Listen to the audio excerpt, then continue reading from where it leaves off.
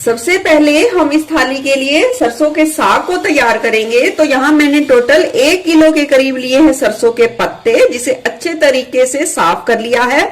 उसके एक्स्ट्रा डंठल निकाल लिए हैं। ये देखिए मैंने 2 तरीके की यहाँ सरसों का यूज किया है। ये देखिए ये छोटे वाली सरसों है, ये थोड़ी सी सॉफ्ट होती है और इसे तोरिया भी कहते हैं। और ये मैंने ली है बड़े साइज की सरसों, इसका रंग थोड़ा सा गहरा होता है और ये हम इसे छुएंगे तो ये हल्की हल्की सी हार्ड होती है।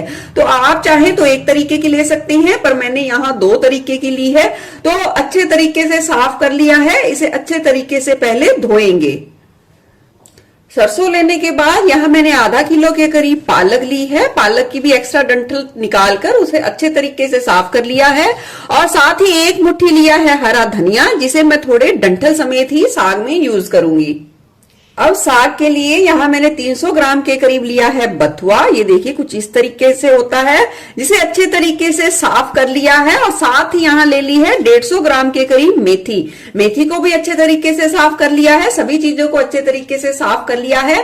अब सभी चीजों को अच्छे तरीके से खुले पानी में धोएंगे और फिर इसे काटेंगे। काटना कैसे है, ना ज्यादा मोटा काटना है और ना ही ज्यादा बारीक काटना है, इस बात का आप ध्यान रखें। साग को अच्छे तरीके से धोने के बाद कुकर में डाल देंगे 1 छोटा कप के करीब पानी। डाल देंगे ये कटा हुआ साग। साग अभी भी और भी ज्यादा है, तो अभी हम पहले इसे बिना कुछ और डाले इसे ऐसे ही थोड़ी देर खुले में पकाएंगे। साग जैसे ही पकना शुरू हो जाएगा, वो सिकुड़ना शुरू हो जाएगा। इस तरीके से करछी से थोड़ा थोड़ा सा प्रेस कर देंगे और बचा हुआ साग हम इस तरीके से डाल देंगे। ये देखिए मैंने इसमें थोड़े से ये पीले फूलों का भी इस्तेमाल किया है, जो सरसों के साग पे लगे होते हैं। इसे टेस्ट बहुत ज्यादा बढ़िया आता है, आप चाहें तो इसे निकाल भी सकते हैं। अब साग में हम डाल देंगे 1 बड़ा टुकड़ा मोटा घिसा हुआ डाल देंगे अदरक का। 10 से 12 कटी हुई डाल देंगे हरी मिर्चें या अपने स्वाद के अनुसार। डाल देंगे 5 से 6 कलियां मोटी घिसी हुई लहसुन की। कई लोगों को सरसों के साग में लहसुन का फ्लेवर बहुत ज्यादा पसंद आता है, तो आप अपने टेस्ट के अनुसार थोड़ा कम ज्यादा भी कर सकते हैं। डाल देंगे 1.5 छोटा चम्मच के करीब नमक। नमक आप अपने स्वाद के अनुसार भी डाल सकते हैं। अब कुकर का ढक्कन लगा देंगे और हाई फ्लेम पे 1 सीटी आने के बाद 30 मिनट के लिए साग को लो फ्लेम पे पकने देंगे। चलिए देख सकते हैं साग बहुत ही अच्छे तरीके से उबल गया है, साग बहुत ही अच्छे तरीके से गल गया है। अब हम साग को अच्छे तरीके से घोटेंगे। ये देख सकते हैं साग में बिल्कुल थोड़ा थोड़ा सा पानी रह गया है। अगर लगे कि साग में बहुत ज्यादा पानी उबलने पे रह गया है तो आप उसे निकालिए, उसे ठंडा करें, फिर उसमें मक्की का आटा घोल कर डालें। अगर कम है तो आप नॉर्मल पानी में भी घोल कर डाल सकते हैं। चलिए साग को घोटने के लिए मैंने आधा छोटी कटोरी के करीब पानी ले लिया है। उसमें डाल देंगे ये 2 चम्मच के करीब मक्की का आटा और उसे अच्छे तरीके से फेंट लेंगे। कोई भी गुठली ना रहे, इसके लिए आपको मक्की के आटे को अच्छे तरीके से फेंटना है। साग के हिसाब से आपको पानी का इस्तेमाल करना है, इस बात का आप ध्यान रखें। डाल देंगे घोला हुआ घोल। अब लेंगे घोटनी और घोटनी की मदद से साग को हम अच्छे तरीके से घोटेंगे। इसे घोटने में 10 से 12 मिनट का समय लग सकता है। आप चाहें तो हैंड ब्लेंडर या मिक्सी की मदद भी ले सकते हैं। साग को देखिए बहुत ही अच्छे तरीके से घोट लिया है। देख सकते हैं इसकी कंसिस्टेंसी, हल्का सा इसे दरदरा रखना है, तभी बहुत ज्यादा अच्छा टेस्ट आता है। तो चलिए साग को अच्छे तरीके से घोटा है, क्योंकि हमने इसमें आटा डाला है, तो हम अब इसे अच्छे तरीके से पकाएंगे। साग को पकने के लिए फिर से गैस पे चढ़ा दिया है। लो टू मीडियम फ्लेम पे 5 से 7 मिनट के लिए पकने देंगे, या जब तक पकने देंगे जब तक साग कुकर के तले पर हल्का हल्का सा लगना ना शुरू हो जाए। अब साग वाली इस पंजाबी थाली में हम गाजर और हरी मिर्च का अचार भी बना के तैयार करेंगे। तो यहाँ मैंने 200 ग्राम के करीब ली है गाजर, जिसे अच्छे तरीके से धोकर पोंछकर छील लिया है और इसे काटकर मैंने धूप में 1 घंटे के लिए सुखा लिया है। डाल देंगे कटी हुई हरी मिर्चें। चलिए अचार के लिए अब इंस्टेंट मसाला भी तैयार करेंगे। इंस्टेंट मसाले के लिए आधी चम्मच ले लिया है खड़ा धनिया, 1 चम्मच ले ली है राई, आधी चम्मच ले लेंगे मेथी दाना, 1 चम्मच ले लेंगे सौंफ। तवे पे इसे 1 मिनट के लिए लो फ्लेम पे हल्का हल्का सेक के और फिर मिक्सी जार में डाल के दरदरा सा पीस लेंगे। मसाला पीस लिया है, डाल देंगे एक बाउल में। डाल देंगे कटी हुई गाजर और ये हरी मिर्च, स्वाद के अनुसार नमक, कलौंजी, स्वाद के अनुसार लाल मिर्च पाउडर, हल्दी। अब डाल देंगे छोटा 1 से 2 चम्मच सिर्फ सरसों का तेल। कच्चे तेल का ही इस्तेमाल करेंगे, तभी अचार का टेस्ट बहुत ही अच्छे तरीके से आएगा। बिल्कुल कम तेल का इस्तेमाल करना है, क्योंकि हम ये अचार इंस्टेंट ही सर्व करने वाले हैं और बस मसाले अच्छे तरीके से इस गाजर पे और हरी मिर्च पे लिपट पाए, तो बस हमें इतने ही तेल का इस्तेमाल करना है। यहाँ बिल्कुल बहुत ही कम तेल का इस्तेमाल किया है, इसलिए हम हाथों से अच्छे तरीके से मिलाएंगे, तभी ये सारे मसाले बहुत ही अच्छे तरीके से अचार पे कोट हो पाएंगे।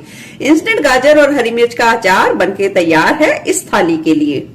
ये अचार 3 से 4 दिन के लिए बिल्कुल खराब नहीं होगा। इसे हेल्दी सलाद या हेल्दी अचार के रूप में आप सर्व कर सकते हैं। यकीन मानिए ये बहुत ज्यादा टेस्टी बनके तैयार होता है। चलिए इधर देख सकते हैं साग भी बहुत ही अच्छे तरीके से रिझ चुका है। इसका आटे का जो कच्चापन है वो बिल्कुल अच्छे तरीके से दूर हो गया है। तो चलिए साग को हम निकाल लेंगे एक दूसरे बर्तन में, उसे थोड़ा सा ठंडा करेंगे तभी तड़का लगाएंगे, तभी साग का एक्चुअल और बहुत बढ़िया टेस्ट उभर कर आता है। साग को बने 2 से 3 घंटे का समय हो गया है, तो इस थाली को कंप्लीट करने के लिए हम मक्की के आटे की पूड़ी बनाकर तैयार करेंगे। तो 1 कटोरी के करीब लिया है यहाँ मैंने मक्की का आटा। जितना मक्की का आटा लिया है उतना ही लेंगे गेहूं का आटा। स्वाद के अनुसार लेंगे नमक, थोड़ी सी लेंगे अजवाइन, थोड़े से बारीक कटे हुए हरी मेथी के पत्ते, 2 चम्मच के करीब तेल या घी। अब सभी चीजों को अच्छे तरीके से मिला लें।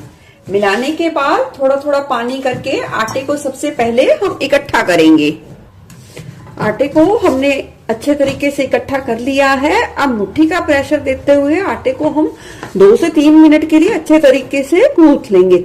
मक्की का आटा जो रखना है आपको थोड़ा सा टाइट रखना है, जिस तरीके से आप नॉर्मल गेहूं के आटे की पूरी बनाते हैं बिल्कुल वैसे ही। आटे को गूंथ के हमने अच्छे तरीके से चिकना कर लिया है, पर इस बात का ध्यान रखें आटे को हमने थोड़ा सा टाइट रखा है। अब इसे ढककर हम 5 से 7 मिनट के लिए रहने देंगे और इतने में हम लगा लेते हैं सरसों के साग को तड़का। सरसों के साग को तड़का लगाने के लिए हम कढ़ाई में डालेंगे 1 बड़ी करछी के करीब देसी घी और उसे गर्म करेंगे। घी जैसे ही गर्म होगा हम डाल देंगे इसमें आधा छोटा चम्मच के करीब ये दरदरा किया हुआ खड़ा धनिया, डाल देंगे सूखी लाल मिर्च और इसे हल्का सा चटकने देंगे। जैसे ही चटकेंगे डाल देंगे हम इसमें 1 बड़े साइज का बारीक कटा हुआ प्याज। प्याज को लो टू मीडियम फ्लेम पे थोड़ा सा भून लेंगे। प्याज थोड़े से भून गए हैं, इस स्टेज पर हम डाल देंगे थोड़ा सा घिसा हुआ अदरक और लहसुन। बिल्कुल थोड़ा सा ही इस्तेमाल किया है क्योंकि पहले हमने उबलते समय भी इस्तेमाल किया है। और तड़के को थोड़ा अच्छे तरीके से भून लेंगे। प्याज को अच्छा गुलाबी कर लिया है, पर बहुत ज्यादा ब्राउन नहीं करने हैं। अब डाल देंगे इसमें कटा हुआ टमाटर। अब टमाटर को नरम होने तक तड़के के साथ अच्छे तरीके से भुनेंगे। टमाटर भी अच्छे तरीके से नरम हो गए हैं। इस स्टेज पर हम डाल देंगे इसमें अपने स्वाद के अनुसार लाल मिर्च पाउडर और डाल देंगे बारीक कटी हुई थोड़ी सी हरी मेथी। जिस तरीके से सब्जी में हरा धनिया डाला जाता है ना, बस उस तरीके से बिल्कुल थोड़ी सी डालनी है। कुछ सेकंड के लिए तड़के को चला लेंगे और डाल देंगे इसमें साग। आपको जितना साग चाहिए सर्व करना हो, यूज करना हो, उतना ही डालिए। साग को हमेशा ही फ्रेश तड़का लगाना चाहिए, इससे टेस्ट बहुत ही ज्यादा बढ़िया आता है। और साग को आप बनाकर फ्रिज में रख सकते हैं 3 से 4 दिन के लिए, वो बिल्कुल खराब नहीं होगा। और अब जब भी आपका मन हो आप तड़का लगाइए और एंजॉय कर सकते हैं। आपका साग बहुत ही ज्यादा टेस्टी बना है, इसकी यही पहचान है। जैसे ही साग डलेगा अच्छे तरीके से तड़के में मिक्स होगा, वो थोड़ा थोड़ा सा घी छोड़ना शुरू हो जाएगा। अब ढककर इसे लो फ्लेम पे 4 से 5 मिनट के लिए पकने देंगे, यानी कि रिझने देंगे तड़के में। चलिए 4 से 5 मिनट बाद देख सकते हैं साग की रंगत कितना बढ़िया बनके तैयार हुआ है। आप इस रेसिपी को जरूर ट्राई करें और आप खुद कहेंगे ये सरसों के साग की बिल्कुल सबसे बेस्ट रेसिपी है। इतनी ज्यादा टेस्टी और इतनी ज्यादा लाजवाब बनके तैयार हुई है। तो चलिए साग बनके तैयार है, अब बना लेते हैं मक्की की फूली फूली पूड़ियाँ। चलिए, आटे को गूंथे हुए 10 से 12 मिनट का ही समय हो गया है। अब हम आटे पे थोड़ा सा तेल या घी का इस्तेमाल करेंगे और आटे को हल्का सा हम मुट्ठी का प्रेशर देते हुए चला लेंगे। इससे क्या होगा, पूड़ियां बहुत ही अच्छे तरीके से फूली फूली खस्ता बनके तैयार होंगी। तो चलिए, आटा बिल्कुल बनके तैयार है। अब हम बनाएंगे लोई। जितनी भी छोटी बड़ी आपको पूड़ी बनानी हो उस हिसाब से आप लोई बनाकर तैयार कर सकते हैं मक्के के आटे की पूड़ी के लिए। पूड़ी के लिए लोई बनाने के बाद हमने ये इस तरीके से चकला ले लिया है और चकले पे थोड़ा सा तेल लगा देंगे और हल्के हाथ का प्रेशर देते हुए हम इसे बेल लेंगे। पूड़ी को यहाँ ना ज्यादा मोटा बेलना है और ना ही ज्यादा पतला बेलना है। अगर आपका आटा बहुत ही अच्छे तरीके से गूंथ के तैयार है तो आपको बहुत कम तेल घी का इस्तेमाल करना पड़ेगा बेलते समय, और सूखे आटे की तो बिल्कुल भी जरूरत नहीं होगी। तो इसी तरीके से सारे मक्के के आटे की पूड़ी बेल के पहले तैयार करेंगे। पूड़ी बेल के तैयार है, करते हैं फ्राई। पूड़ी के लिए तेल को अच्छे तरीके से गरम कर लिया है। चेक करने के लिए हमने छोटा सा टुकड़ा डाल दिया है। देखिए, वो तुरंत ही सिकना शुरू हो गया है और ऐसे चलाएंगे तो तुरंत ही ऊपर आ गया है। इसका मतलब बिल्कुल परफेक्ट तेल है पूड़ी को तलने के लिए। डाल देंगे पूड़ी को तलने के लिए, कुछ सेकंड रहने देंगे। जैसे ही पूड़ी ऊपर आना शुरू हो जाएगी हम इसे कड़छी की मदद से हल्का सा प्रेशर दे देंगे। हल्का हल्का सा प्रेशर देना है, बिल्कुल नाम मात्र सा। और पूड़ी जैसे ही फूलेगी हम उसे पलट देंगे। गैस की फ्लेम को आपको हाई पर ही रखना है। जरूरत के हिसाब से अगर तेल बहुत ज्यादा गर्म हो जाए तो आप थोड़ा सा कम कर सकते हैं। देखिए, कितनी मस्त फूली फूली करारी पूड़ी बनके तैयार हो रही है कढ़ाई में। चलिए, जिस तरीके की खस्ता पूड़ी आपको चाहिए उस हिसाब से आप सेक सकते हैं। देख सकते हैं, बिल्कुल फूली फूली मस्त करारी करारी मक्के की आटे की पूड़ियां बिल्कुल बनके तैयार है। तो निकाल लेंगे इन्हें प्लेट में और लगाते हैं पूरी थाली। लग गई थाली बिल्कुल गर्मा गर्म सरसों का साग, जो बहुत ही ज्यादा खाने में टेस्टी बना है और आपको खाकर बहुत ज्यादा मजा आने वाला है। साथ ही मक्के के आटे की फूली फूली सी पूड़ियां बहुत ही ज्यादा खस्ता, बहुत ही ज्यादा करारी बनके तैयार हुई हैं। तीखा चटपटा गाजर हरी मिर्च का अचार, साथ में थाली के साथ रखेंगे ये गुड़ और गर्मा गर्म थाली को कंप्लीट करेंगे मक्खन के साथ।